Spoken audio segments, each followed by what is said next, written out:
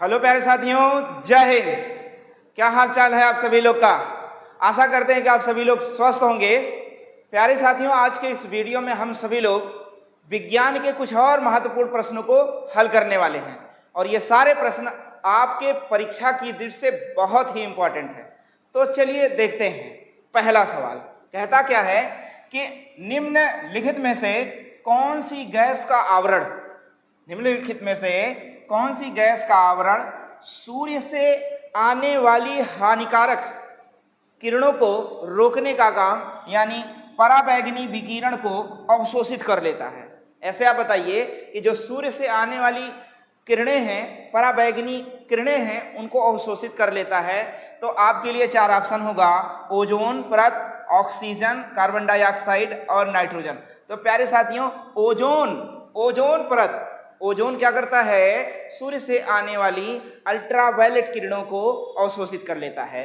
अगला सवाल आपका है कहता है कि दो समांतर दर्पणों के बीच, क्या प्यारे साथियों, कह रहा है कि दो समांतर दर्पणों के बीच कितने बिंब बनते हैं? दो समांतर, आपने नाई के दुकान में देखा होगा कि वे दोनों लोग एक दर्पण आगे और एक दर्पण पीछे लगा देते हैं, तो वहां पर को क्या लगता होगा कि ढेर सारा, जैसे लगता है आप ही बैठे हो। तो दो समांतर, क्या प्यारे साथियों, दो समांतर दर्पणों के बीच कितने प्रतिबिंब देखे जा सकते हैं? तो आपका सवाल का उत्तर आ गया होगा, अनंत प्रतिबिंब देखे जाते हैं, जैसे लगता हम ढेर सारे लोग बैठे हैं। अगला सवाल आपका होगा, कहता है यदि वायुमंडल नहीं हो तो पृथ्वी से, यदि वायुमंडल ना हो तो पृथ्वी से आकाश को देखने पर आकाश का रंग कैसा दिखाई देगा? देखिए, यदि वायुमंडल नहीं होता तो पृथ्वी से आकाश को किस रंग के रूप में देखा जाता? तो प्यारे साथियों, पृथ्वी से आकाश को देखने पर आकाश का रंग काला दिखाई देता। कैसा दिखाई देता? काला, यदि वायुमंडल नहीं होता। अगला है कि अवतल दर्पण के मामले में, क्या है प्यारे साथियों? कहता है कि अवतल दर्पण के मामले में यदि पदार्थ का वक्रता केंद्र पर रखा जाए, पदार्थ को कहां रखा जाए? वक्रता केंद्र पर रखा जाए, तो उसका बिंब पड़ता है। उसका बिंब पड़ेगा कहां? अनंत पर, वक्रता केंद्र पर, फोकस दूरी पर, इनमें से कोई नहीं। तो प्यारे साथियों, वक्रता केंद्र पर रखा जाएगा। वक्रता केंद्र पर पदार्थ का जो बनेगा बिंब वक्रता केंद्र पर बनेगा। अगला सवाल आपका होगा, कहता है कि एक समतल दर्पण की वक्रता त्रिज्या होती है। एक समतल दर्पण की वक्रता त्रिज्या होती है, कितनी होती है प्यारे साथियों? एक समतल दर्पण की वक्रता त्रिज्या, उसकी वक्रता त्रिज्या आप नहीं कंफर्म कर पाओगे, इसलिए अनंत होती है। कितनी होती है? अनंत होती है। अगला सवाल आपके लिए है, कह रहा है एक व्यक्ति समीप की वस्तु को, कौन सी वस्तु को प्यारे साथियों? कह रहा है एक व्यक्ति समीप की वस्तु को ठीक ठीक नहीं देख पाता है। एक व्यक्ति समीप की वस्तु को ठीक ठीक नहीं देख पाता है, तो उसे कौन सा दोष है? उसे दूरदृष्टि दोष है। कोई व्यक्ति यदि समीप की वस्तु को नहीं देख पाता है तो उसे दूरदृष्टि दोष है। यदि कोई वस्तु दूर की वस्तु को अच्छे से देख लेता है, यदि कोई वस्तु दूर की वस्तु को अच्छे से नहीं देख पाता है तो उसे निकट दृष्टि दोष है। एकदम उल्टा है, ध्यान देना। अगर आप नजदीक की वस्तु को बहुत अच्छे से नहीं देख पाते हैं तो आपको दूरदृष्टि दोष है।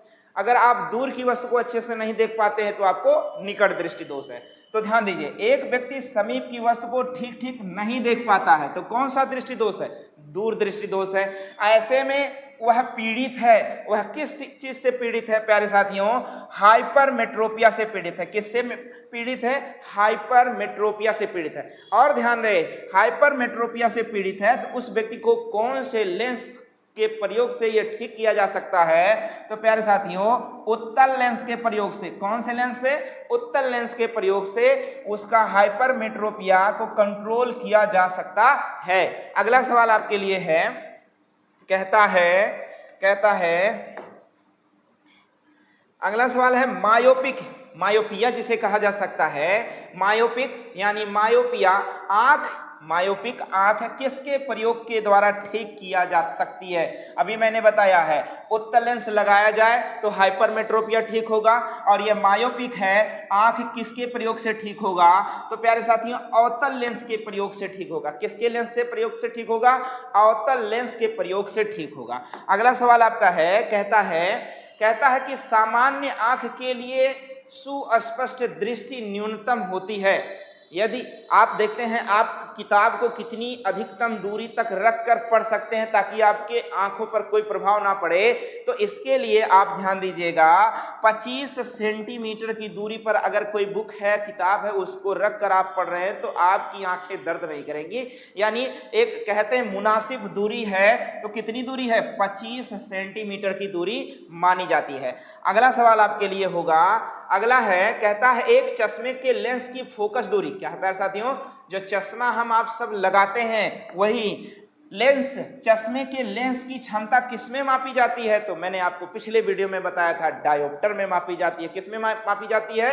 लेंस, चश्मे का लेंस जो होता है, चश्मे की क्षमता आप कहो, उसको किसमें मापा जाता है? तो डायोप्टर में। यहां देखो कह रहा है एक चश्मा के लेंस की फोकस दूरी यदि 50 सेंटीमीटर है, फोकस दूरी कितनी है?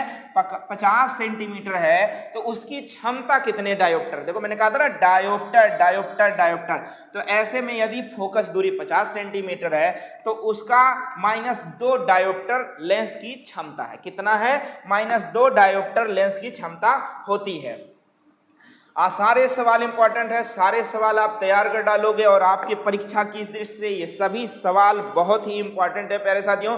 तो चलिए अगला सवाल भी देख लेते हैं इसी समय। स्वच्छ आकाश में तारे टिमटिमाते देखे जाते हैं। स्वच्छ आकाश में तारे टिमटिमाते देखे जाते हैं, इनके टिमटिमाहट का कारण बता दो। यानी इनकी टिमटिमाहट का कारण बताओ। आप देखते हो रात में आकाश में तारे जलते बुझते रहते हैं, ऐसा लगता है, लेकिन वो टिमटिमाते रहते हैं। वो किस कारण होता है? तो प्रकाश का अपवर्तन, प्रकाश का परावर्तन, प्रकाश का विवर्तन, प्रकाश का वर्ण विक्षेपण।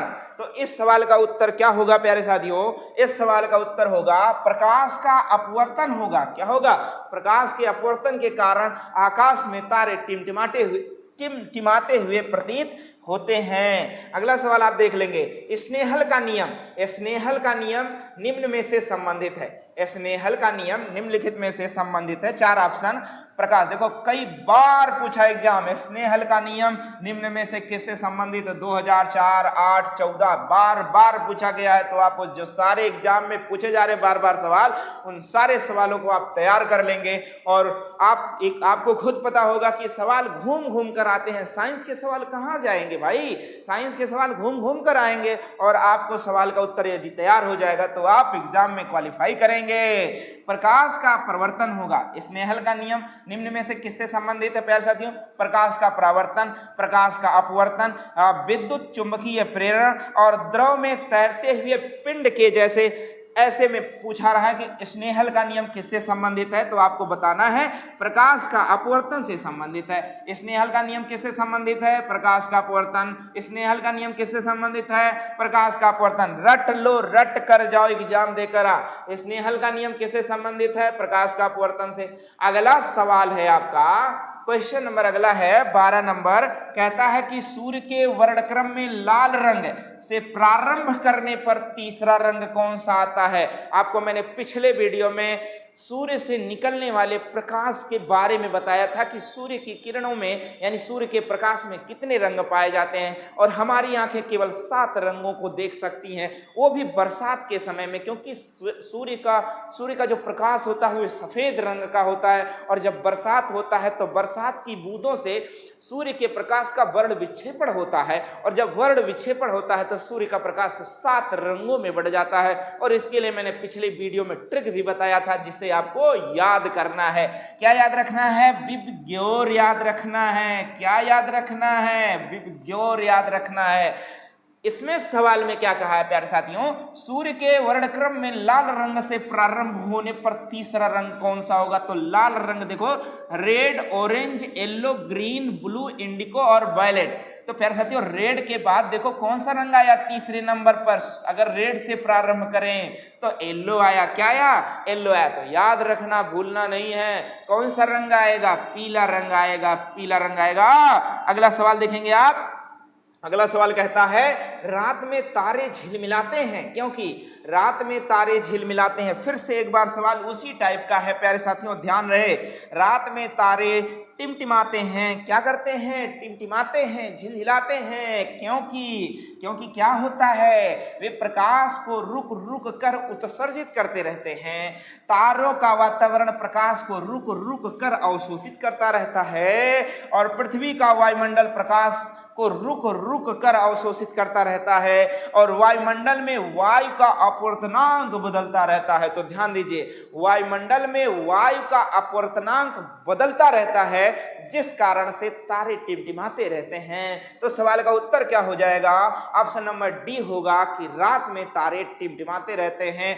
टिमटिमाते रहने का कारण है कि वायुमंडल में वायु का अपवर्तनांक बदलता रहता है, जिससे तारे टिमटिमाते रहते हैं। अगला सवाल आप देखेंगे, पराबैंगनी किरणों का उपयोग होता है। पराबैंगनी किरणों का उपयोग कहाँ कहाँ होता है? तो रोगाणुनाशक प्रक्रिया में, रोग के निदान के प्रयोग, जलने की दवाई में के रूप में, कैंसर रोग के उपचार में, इनमें से कोई नहीं, इनमें से कोई नहीं। रोगाणुनाशक प्रक्रिया में पराबैंगनी किरणों का उपयोग किया जाता है। अगला सवाल आप देखेंगे, कहता है निम्नलिखित में से पूरक रंग कौन सा है? कह रहा निम्नलिखित में से पूरक रंग कौन सा है? 4 ऑप्शन प्यारे साथियों। पूरक रंग, ध्यान दीजिएगा, पूरक रंग किसे कहा जाता है? इसे भी आप समझ लीजिए कि दो रंगों को मिलाने से श्वेत रंग बन जाए, यानी सफेद रंग बन जाए, वे दोनों रंग आपस में एक दूसरे के क्या कहलाएंगे? पूरक रंग कहलाएंगे। तो यहां पर आपके पास ऑप्शन है नीला पीला रंग, पीला हरा रंग, मेजेंटा और नीला रंग, हरा और मेजेंटा। तो प्यारे साथियों, नीला और पीला रंग यदि हम मिला देते हैं तो श्वेत रंग यानी शून्य हो जाता है, सफेद रंग हो जाता है, जिसे हम क्या कहेंगे? पूरक रंग कहेंगे। क्या कहेंगे प्यारे साथियों? पूरक रंग कहेंगे। तो ध्यान दीजिए, इस वीडियो के माध्यम से मैंने सारे महत्वपूर्ण प्रश्नों को आपको हल करा दिया है। प्यारे साथियों, आशा करते हैं कि यह वीडियो आपको अच्छा लगा होगा, तो लाइक, शेयर और सब्सक्राइब करना बिल्कुल ना भूलें।